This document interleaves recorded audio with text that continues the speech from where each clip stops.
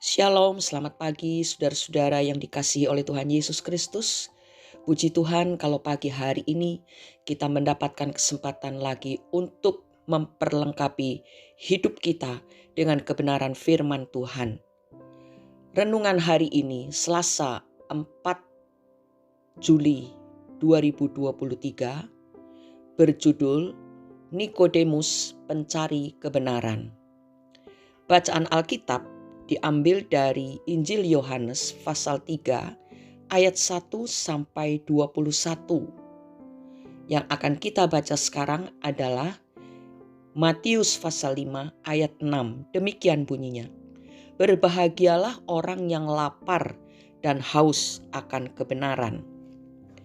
Saudara-saudara, suatu kali ada seorang petani membawa tanaman labunya untuk dipamerkan di sebuah pameran tanaman. Tanaman labu itu cukup menarik karena ia tumbuh berbentuk kendi. Bagaimana bisa seperti ini? Tanya seseorang kepada sang petani. Ketika ia baru mulai tumbuh, saya memasukkannya ke dalam kendi dan membiarkannya tumbuh di dalam kendi itu. Ketika tanaman labu tersebut sudah memenuhi kendi, maka ia pun berhenti bertumbuh. Seperti tanaman labu yang tumbuh membentuk kendi itu, demikian pula apa yang kita yakini akan bertumbuh dan membentuk jiwa kita. Jiwa kita akan tumbuh sebesar atau setinggi apa yang kita yakini. Dan keyakinan tersebut akan membatasi kita sebatas ukurannya sendiri. Satu-satunya orang yang bisa menembus kendi yang menghalangi pertumbuhan jiwanya adalah orang yang terus mencari kebenaran dan tidak merasa puas dengan apa yang ia yakini saat ini sampai ia menemukan kebenaran yang sesungguhnya. Pada umumnya orang Farisi merasa iri dan benci kepada Yesus karena mereka merasa bahwa kedatangan Yesus merusak wibawa dan menentang tingkah laku mereka. Keyakinan mereka telah membentuk pola pikir yang sedemikian sempitnya sehingga mereka tidak bisa melihat penggenapan di dalam diri Yesus dari apa yang sesungguhnya telah mereka pelajari selama ini. Lain halnya dengan Nikodemus yang walaupun adalah salah seorang dari anggota Sanhedrin atau mahkamah agama Yahudi yang menguasai dan mengajarkan hukum Taurat, ia merasa gejolak dalam jiwanya untuk mencari kebenaran yang sesungguhnya. Dan ia tahu bahwa ia akan mendapatkan jawabannya di dalam Yesus. Kemungkinan Nikodemus sendiri telah merasa muak dengan praktek hidup teman-temannya, atau bahkan dia sendiri yang notabene adalah pengajar hukum Taurat dan pemimpin yang disegani, tetapi kehidupannya jauh dari apa yang dia ajarkan. Saudara-saudara, Yesus dan Yohanes Pembaptis seringkali mengkritik orang-orang Farisi sebagai orang-orang yang munafik karena mereka sendiri tidak melakukan apa yang mereka ajarkan. Saudara bisa baca kritikan-kritikan itu dalam Injil Matius pasal 3 ayat 7, pasal 5 ayat 20, dan pasal 23 ayat 1 sampai 36. Nikodemus sendiri sadar tentang adanya ketidakberesan di dalam hidup keagamaan mereka. Oleh karena itu, untuk mengajari dirinya sendiri, maka ia datang kepada Yesus dengan harapan bahwa ia akan menemukan jawaban bagi kekosongan hatinya selama ini. Untuk menemukan kebenaran yang sesungguhnya, ia mengesampingkan siapa dirinya, apa kedudukannya di dalam masyarakat, dan bagaimana nanti pandangan orang terhadapnya. Saudara-saudaraku, renungan hari ini mengingatkan kita untuk memeriksa diri kita masing-masing. Sudahkah kita mencari kebenaran seperti orang mencari harta karun? Sudahkah kita menginginkan kebenaran seperti orang menginginkan segelas air penyejuk dahaga?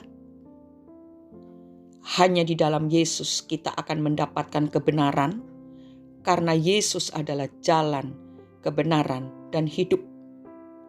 Yohanes 14 ayat 6. Kata Yesus kepadanya, "Akulah jalan dan kebenaran dan hidup. Tidak ada seorang pun yang datang kepada Bapa kalau tidak melalui aku." Sudah berapa lamakah sejak kita pertama kali mengenal dan menerima Yesus sampai saat ini?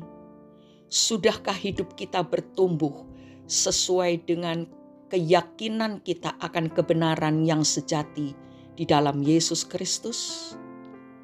Sudahkah kebenaran firman yang kita terima selama ini terwujud dalam kehidupan kita sehari-hari?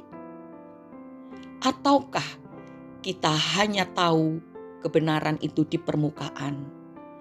Tidak pernah lebih dalam lagi kita menggalinya.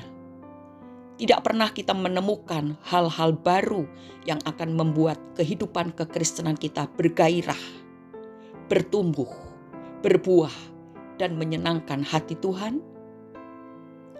Pertanyaan ini hanya dapat dijawab oleh pribadi kita masing-masing di hadapan Tuhan.